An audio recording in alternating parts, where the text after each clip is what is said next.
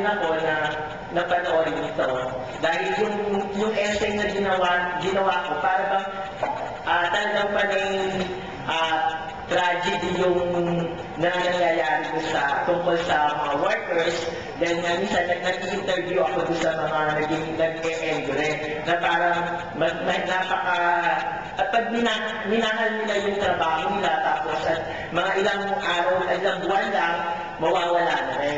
So parang nakita ko rin yung substance nung pelikula na sabi nga ni Dr. Chongson ay ito yung romantic comedy movie. Nakita ko na minamahal, yung parang din siya trabaho, yung pagmamahal ay pag minahal mo, nawawala rin minsan.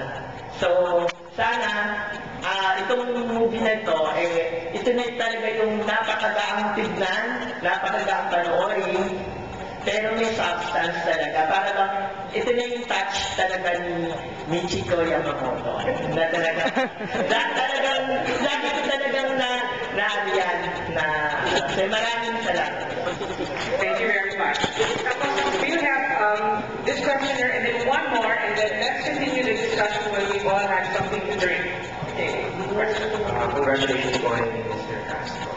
I really like the character, comment ko. I really like the character of Tanya. Kasi una-una, maganda yung character niya. Kasi in a way, parang talagang naipapakita natin talaga gano'n talaga sa mga babae niya. Nagulat ako kasi napaka-aggressive niya para kay Leo. Kasi pinilan niya ng lugar. So natuwa lang ako may naalala ako nila. Bukod ba doon, may tapon ako sa pelikula kasi una-una, nakikita ko solusyon ng mga manggagawa, ng mga NGO workers ngayon is to go abroad.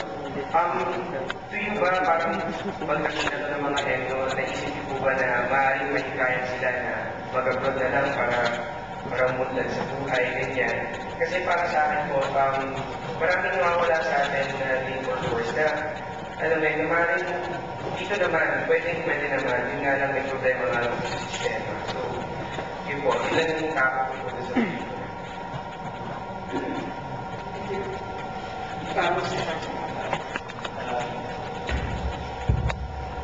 Natuon yung ating discussion sa siguro yung nilalaman ng politika ng pelikula, tama yun. Pero bago mag-end, gusto ko sanang mag-intindi na malaking achievement ng pelikulang ito mula na sa punto de vista ng sining, kasiningan ng a very deceptively simple movie. Pag titignan mo siya, parang hanggang-hanggaan, parang dali-daling gawin. Napakahirap gawin yung pelikulang ganyan. Kasi pag tinignan mo siya, pag nanalize ito, bawat eksena, pilit-pilit inisip na mabuti kung ano yung ilalagay ng eksena na yun. At napakayaman ng bawat eksena. I just want to mention two scenes that my favorite. Nung malaman yung, di ba, yung dalawang nasa hotel sila, nandun sa toilet, tinignan yung pregnancy test. Si Mayles Kunabi actress is very good. So, tinignan niya, naghihintay siya daw sa hindi niya wala mapupunti siya. Tapos sabi niya, kung ano naman, kung sakaling buntis kami, magpara naman, diba? Tapos umiti siya, sabi niya, negative. So tuwan-tuwa si Mayles, tapos nag-breakdown si Tanya. Kasi ito yung scene, right after na, tinawagan niya yung cellphone ni Leo at ang sumagot babae. So alam niya, may ibang babae. Yung contrast na gano'n, ang daming layers ng meaning doon sa isang sitwasyon na ang feeling ko is napakayaman ng bawat eksena kasi na maraming lessons na pinapakita sa atin. So, hindi siya yung typical Filipino movie na just yung emotion nakabulat na sasabihin pa sa'yo, kukulit pa sa'yo, inuulit pa. That's like really very often one word and then there's a look and you know the whole story already. And that's this movie.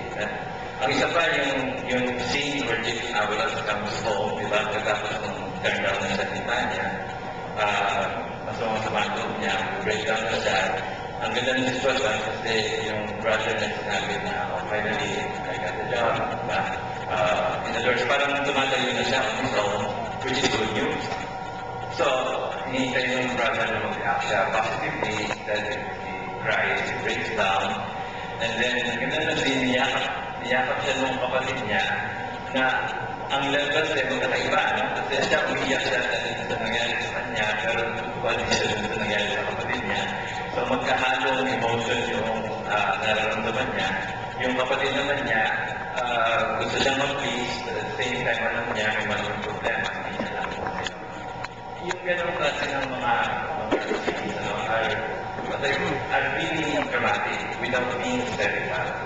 And I think it's a marked achievement in Philippine cinema where, and di ba, nakita natin these daily doses of telenovelas of what Philippine life is. Every other scene, nag-iingatan sila, nagsasampalan sila, and that's how life is. Diba? That's how they want us to see life, so they can make more money. And it just gives the wrong notion of life. So please, tingnan niyo rin yung kasiningan. Kasi I've seen this film for the third time. And every time you see it, nakikita ko kung paano niya reenact yung particular scene na yun. It's a very careful kind of crafting. So yung magkaang pelikula, yun yung pinakamahirap gawin sa pelikula. Congratulations sa iyo.